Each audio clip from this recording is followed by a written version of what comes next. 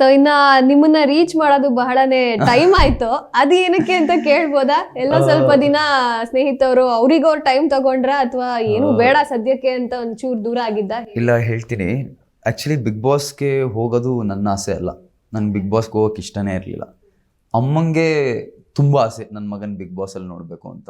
ಅವ್ರು ಫಸ್ಟ್ ಸೀಸನಿಂದ ಈ ಸೀಸನ್ ತನಕ ತುಂಬ ರಿಲಿಜಿಯಸ್ ಆಗಿ ನೋಡಿದ್ದಾರೆ, ಪ್ರತಿ ಎಪಿಸೋಡು, ಪ್ರತಿ ವೀಕೆಂಡು. ಸೊ ನನ್ನ ಅಮ್ಮಂಗೋಸ್ಕರ ಬಿಗ್ ಬಾಸಿಗೆ ಹೋಗಿದ್ದಿದ್ದು. ಸೊ ನಾನೇನು ಅಂದ್ಕೊಂಡಿದ್ದೆ, ನಾನು ಪ್ರತಿ ವಾರ ಏನೋ ಒಂದು ಡೆಡಿಕೇಟ್ ಮಾಡ್ತಾ ಇದ್ದೀನಿ ಅಪ್ಪ ಅಮ್ಮಂಗೆ. ಅವ್ರು ಖುಷಿಯಾಗಿದ್ದಾರೆ, ಮತ್ತು ಪ್ರತಿದಿನ ನಾನು ನೋಡ್ತಾ ಇದ್ದಾರೆ, ಲೈವಲ್ಲಿ ನೋಡ್ತಾ ಇರ್ತಾರೆ. ನಾನೊಂದು ಪಾಯಿಂಟಲ್ಲಿ ಲೆಟರು ನನಗೆ ಯಾಕೆ ಬೇಡ ಅಂತ ಹೇಳಿದೆ ಅಂದರೆ, ಬಿಕಾಸ್ ಅವ್ರು ನನ್ನ ನೋಡ್ತಾ ಇದ್ದಾರೆ, ನನಗೆ ಆ ಖುಷಿ ಇದೆ. ಲೆಟ್ರ್ ಏನು ಬೇಡ, ಪರವಾಗಿಲ್ಲ, ಬೇರೆ ಯಾರೋ ತೀರಾ ಬೇಕಾಗಿರೋರು, ಅಗತ್ಯ ಇರೋರು ತೊಗೊಳ್ಳಿ ಅಂತ. ಹೊರಗಡೆ ಬಂದಮೇಲೆ ಗೊತ್ತಾಯಿತು ದ್ಯಾಟ್ ಅವರು ತುಂಬ ಸ್ಟ್ರೆಸ್ಸಲ್ಲಿದ್ದಾರೆ. ಅವರು ನನಗೆ ಒಳಗಡೆ ಎಷ್ಟು ಕಷ್ಟ ಆಗ್ತಾ ಇದೆಯೋ ಅವ್ರು ಹೊರಗಡೆನೂ ಅಷ್ಟೇ ಕಷ್ಟ ಆಗ್ತಾಯಿದೆ ಅಂತ.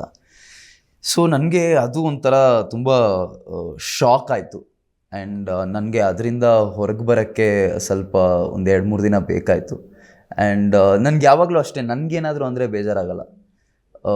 ನನಗೆ ಯಾರಾದರೂ ಏನಾದರೂ ಇದು ಮಾಡಿದ್ರೆ ಬೇಜಾರಾಗಲ್ಲ. ನನ್ನ ಬಿಗ್ ಬಾಸ್ ಮನೇಲೂ ಅಷ್ಟೇ, ನನಗೆ ಯಾರಾದರೂ ಅಂದರೆ ಸುಮ್ಮನೆ ಇರ್ತೀನಿ ನಾನು.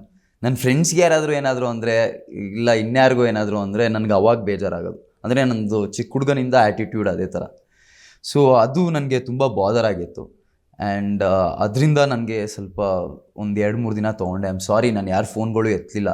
ನಾನು ಆ್ಯಕ್ಚುಲಿ ಫ್ರೆಂಡ್ಸ್ದು, ಫ್ಯಾಮಿಲಿ ಯಾರ್ದು ಫೋನ್ ಎತ್ತಲಿಲ್ಲ. ಒಂದು 2-3 ದಿನ ನನಗೆ ನಾನು ಟೈಮ್ ತೊಗೊಂಡೆ.